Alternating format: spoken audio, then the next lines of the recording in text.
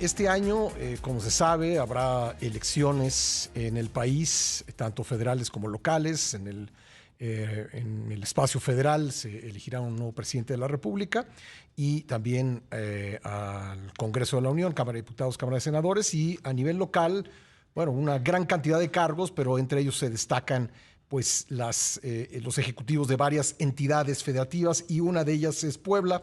Hoy me acompaña aquí en la mesa del programa Eduardo Rivera Pérez, expresidente municipal de la capital y precandidato a la gubernatura del estado por la coalición PRI-PAN-PRD. ¿Cómo estás, Eduardo? ¿Cómo te va? Bien, muy contento de estar aquí contigo y con, por supuesto, el gran auditorio que nos escucha. Me estabas comentando uno de los absurdos legales de las elecciones en México. Eso de absurdos lo asumo yo como comentario mío, pero bueno, a ver, la precampaña en Puebla duró legalmente del 25 de diciembre al 4 de enero.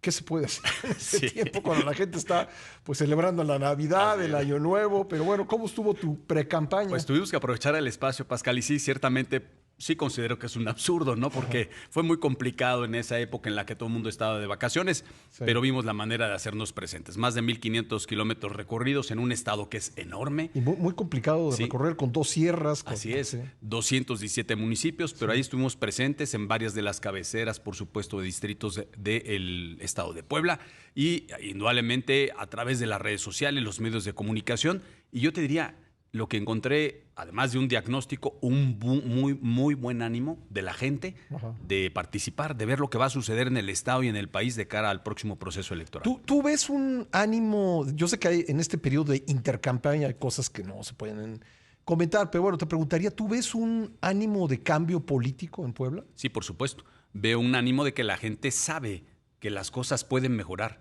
Porque mira, dentro del diagnóstico que yo encontré, la inseguridad latente. Bueno, apenas salió una nota no informativa en donde Puebla resalta como uno de los estados ahora sí, en la vía carretera entre Veracruz y Puebla, como de los más peligrosos del país. Escuchaba el reportaje que tú estabas dando en la mañana, lo que está sucediendo en Taxco, lo que está sucediendo en Tabasco. Pues desafortunadamente también en Puebla hay tintes de estos problemas que resaltan en el país de inseguridad. Hay problemas, por ejemplo, en el tema del campo. Solo se le dedica el 1% del presupuesto total del gasto público del estado. Imagínate que es un estado tan grande, donde se produce café, donde se produce, por supuesto, nopal, donde se produce, por supuesto, muchos productos, ¿no?, de nuestra entidad. Solamente se le destina al campo el 1% del presupuesto del gasto público al apoyo del campo. Y del sistema de salud, Pascal, pues similar que en otras entidades.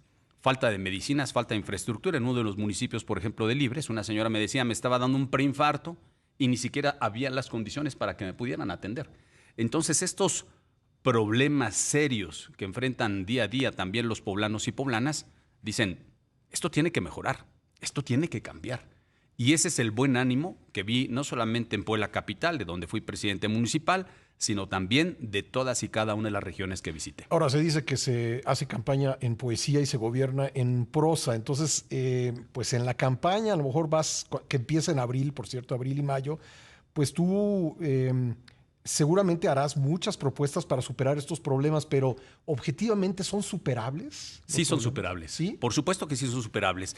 Mira, por ejemplo, yo también como alcalde, cuando hice también campaña, prometí que regresaran a las estancias infantiles. Y regresaron las estancias infantiles. Es decir, sí es factible a través de la política pública encontrar soluciones. En el tema de seguridad logramos reducir, por ejemplo, en el índice de percepción de inseguridad, ¿no?, a través del INEGI, de estas encuestas que realizan, reducirlo prácticamente en 8 o 10 puntos porcentuales promedio.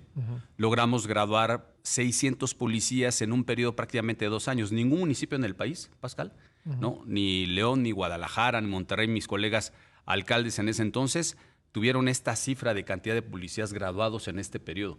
Entonces, sí se puede, a través de la política pública, mejorar la realidad.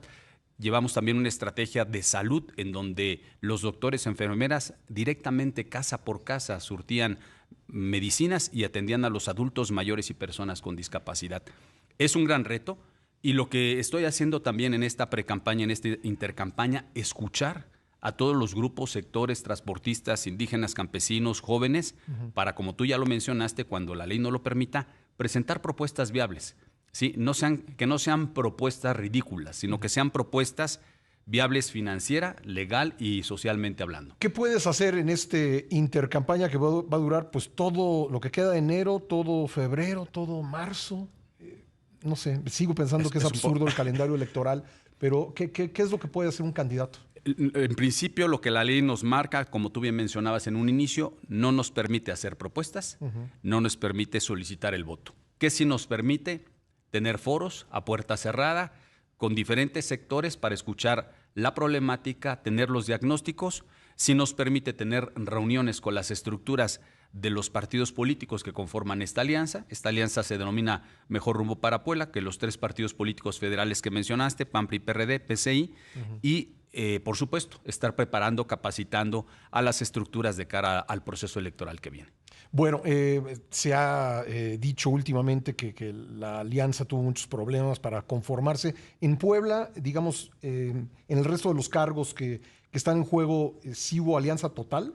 Hubo alianza en la candidatura a la gobernatura total, Sí. Y en candidaturas a presidencias municipales hay alianzas totales donde van los 4 partidos políticos, o en algunas van separados, ¿no? Van a lo mejor en pareja o a lo mejor cada partido político por su lado. Sin embargo, todos los votos que obtienen esos partidos políticos en la elección de la candidatura a la gobernatura se suman solamente, en este caso, al candidato a gobernador. Es una alianza poderosa, Pascal. Yo por eso insisto, Morena no es invencible. Porque a mí como alcalde en Puebla Capital, cuando anduve en campaña con esta misma alianza, y más allá de lo que decían las encuestas, que si 10, 15 puntos, terminamos ganando por 21 puntos porcentuales. Por eso afirmo, ratifico, pues que no es invencible Morena. Y también sumando los votos que sacó la alianza en todo el estado, también derrotamos a Morena. Estamos conversando con Eduardo Rivera, precandidato a la gubernatura de Puebla por la coalición PRI-PAN PRD. Hablábamos en el corte, Eduardo, del enorme reto que significa la seguridad para todos los estados, pero yo creo que en el caso de Puebla claramente tienen el problema de una autopista que cruza el estado, digamos México-Veracruz, que tiene una gran cantidad de transporte de carga y que es, digamos, un atractivo para los delincuentes, y también el paso de ductos de gas, ¿no? Entonces, siendo estos pues, temas federales, ¿qué puede hacer un estado para evitar que esa violencia que se genera por el robo al transporte y por el robo de combustible pues no desborde en extorsión en zonas metropolitanas de la entidad?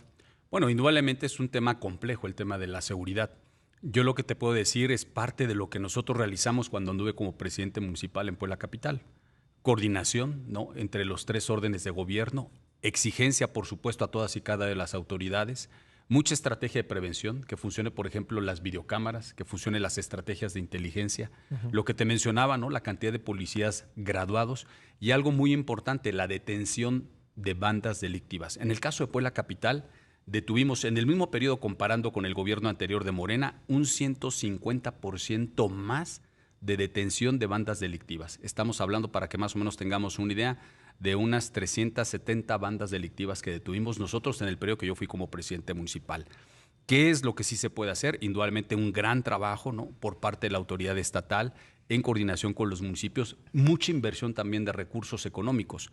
¿Qué te puedo decir del gobierno municipal de Puebla? También cuando fui presidente municipal, invertimos proporcionalmente 5 veces más que el Estado en temas de seguridad. Entonces, hay que invertir.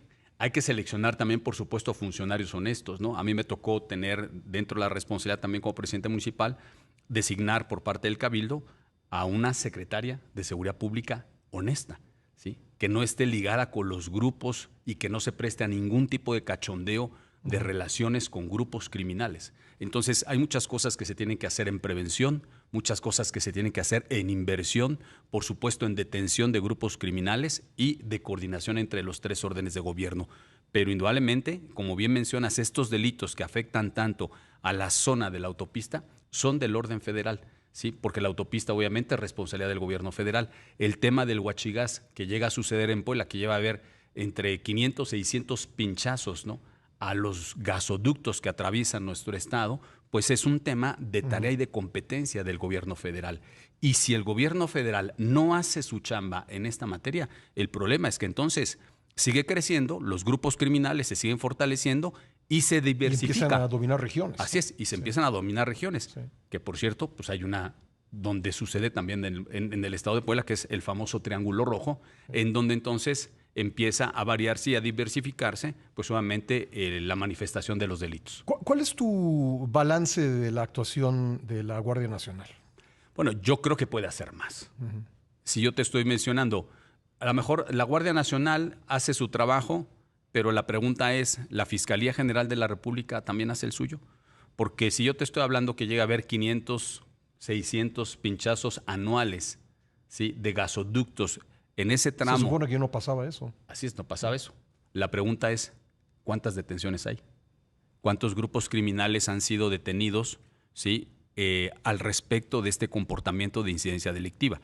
Y la Fiscalía General de la República, pues obviamente tiene mucho que responder al respecto. Ahora, en materia de atracción de inversiones, el país está viviendo un muy buen momento y pues no tendría por qué no aprovecharlo Puebla, ¿no? Sí, y yo creo que... ¿Qué te propones ahí? Bueno, digo, sé que no puedes hacer no podemos hacer propuestas. Pero digamos, ¿cuál es el potencial del Estado? Mira, lo pongo un poco, a lo mejor si me lo permites, porque tuve la oportunidad de estar en el informe de Mauricio Vila, ¿no? Gobernador de Yucatán. Y yo creo que hay algunas cosas que vale la pena yucatanizar en el país, como este tema de las inversiones, el famoso nearshoring. Bueno, la comida habría que yucatanizarla. Sí, ¿verdad? También, además. Bueno, ustedes tienen muy buena comida. Tenemos también sí. buena comida, sí. pero Yucatán ocupa el tercer lugar, ¿no? Después de, por supuesto, Nuevo León y Coahuila. Sí. Y está en la península, está en el sur del país. Puebla tiene una ventaja geográfica estratégica. Cerca del mar, sí, cerca del centro del país, buenas comunicaciones. Y además colinda con una gran cantidad de estados. Entonces me parece que hay una gran área de oportunidad, porque tenemos la mayor cantidad de universidades per cápita de todo México. Hay una gran área de oportunidad porque tenemos, por supuesto, una industria automotriz también importante, que por cierto esperemos que no estalle la huelga en Audi. Sería una mala señal, pero me parece que el potencial de Puebla es enorme, grande, y creo que sí ha habido gobiernos que han quedado a deber gracias a este potencial que tiene el Estado y que no se ha aprovechado. ¿Tú eres de la impresión, de ello ha hablado Xóchitl Gálvez, han hablado otros opositores, de que van a enfrentar una elección de Estado? Bueno, sí veo a veces que es tanta, ¿no?, su preocupación de lo que viene en el proceso electoral, que pudiera haber esa intención, ¿sí?, de manipular, de influir, de liderear, de coordinar, ¿no?, los procesos electorales políticos, ¿sí?, en las entidades federativas. Nosotros hacíamos alguna observación, ¿sí?, cuando precisamente el candidato en este entonces de Morena pues estaba participando en actos públicos, ¿no?, del gobierno estatal. Bueno, pues si ya es candidato, pues que se separe, ¿no?, de esa relación y vinculación con un gobierno del Estado, y que se dedique, como los demás precandidatos, ¿no?, de otros partidos en otras entidades, pues a hacer su chamba por sí mismo y que no dependa de lo que haga el gobierno del Estado. ¿El gobernador va a ser neutral en esta contienda? Yo espero que sea neutral. Yo platiqué con él y yo hice también una afirmación al respecto en que él tendría que ser un factor de unidad. Tendría que permitir que la gente decida en libertad, ¿sí?, que no haya presiones sobre los presidentes municipales, ni tampoco sobre los partidos políticos, y mucho menos con los medios de comunicación. Y ese es el reto que tendrá el gobernador del Estado en los próximos días, semanas, meses, para comportarse como un factor de equilibrio y de unidad de manera imparcial, para que sea la gente la que decida y que no sea el gobierno del Estado ni sus funcionarios que metan las manos en el proceso electoral. ¿Lo ha sido? ¿Cómo lo ha sido? ¿Ha sido neutral hasta ahora? Hasta ahora, salvo ese señalamiento público que hizo a la alianza de que no compartimos que un precandidato esté en los eventos públicos del gobierno del Estado. Salvo ese detalle, sí, esperemos que se siga comportando como un factor de equilibrio y de unidad. ¿Y el presidente? El presidente yo creo que no lo ha sido. Sí se ha metido con todo de lleno, ¿no?, a querer influir en el proceso electoral, pues, del país y de las entidades. Lo hace permanentemente. Tendrán dos debates, me decías, uno formal, digamos, contemplado por la ley electoral, y otro tradicional que organiza el empresariado poblano. Así es, yo listo, ahora sí, cuando la autoridad electoral defina y cuando el órgano también del Consejo Coordinador Empresarial convoque, que ha sido también una tradición, por así decirlo, en los procesos electorales locales, a poder ir a esos dos debates. Me parece que es obligado que con respeto, ¿sí?, con ideas, con propuestas, la sociedad en Puebla y también en el país pues pueda saber quién es quién, cuáles son sus propuestas en su momento cuando la ley lo permita, las mejores, y quién ofrece, por supuesto, el poder mejorar la realidad que tenemos en nuestro país y también en el estado de Puebla. Por último, ¿Puebla está mejor o peor que en 2018? Está peor, ¿sí? Y eso te lo puedo decir porque en todos los recorridos yo hago 3 preguntas. ¿Está mejor o peor la seguridad? Peor. ¿Está mejor o peor la salud? Peor. ¿Está mejor o peor el campo? Peor. Desafortunadamente en Puebla, estos 3 datos, la salud, el campo, la seguridad, está indudablemente en pésimas condiciones y por eso es importante estar trabajando en este proyecto que estoy encabezando. Pues bien, Eduardo, estaremos pendientes de la contienda electoral, siguiéndola y dándole voz a los protagonistas y pues a ver si podemos platicar nuevamente. Con Muchas gusto. gracias. Muchas gracias, Pastor. Gracias, Eduardo Rivera Pérez es precandidato a la gubernatura de Puebla por la coalición PRI-PAN-PRD.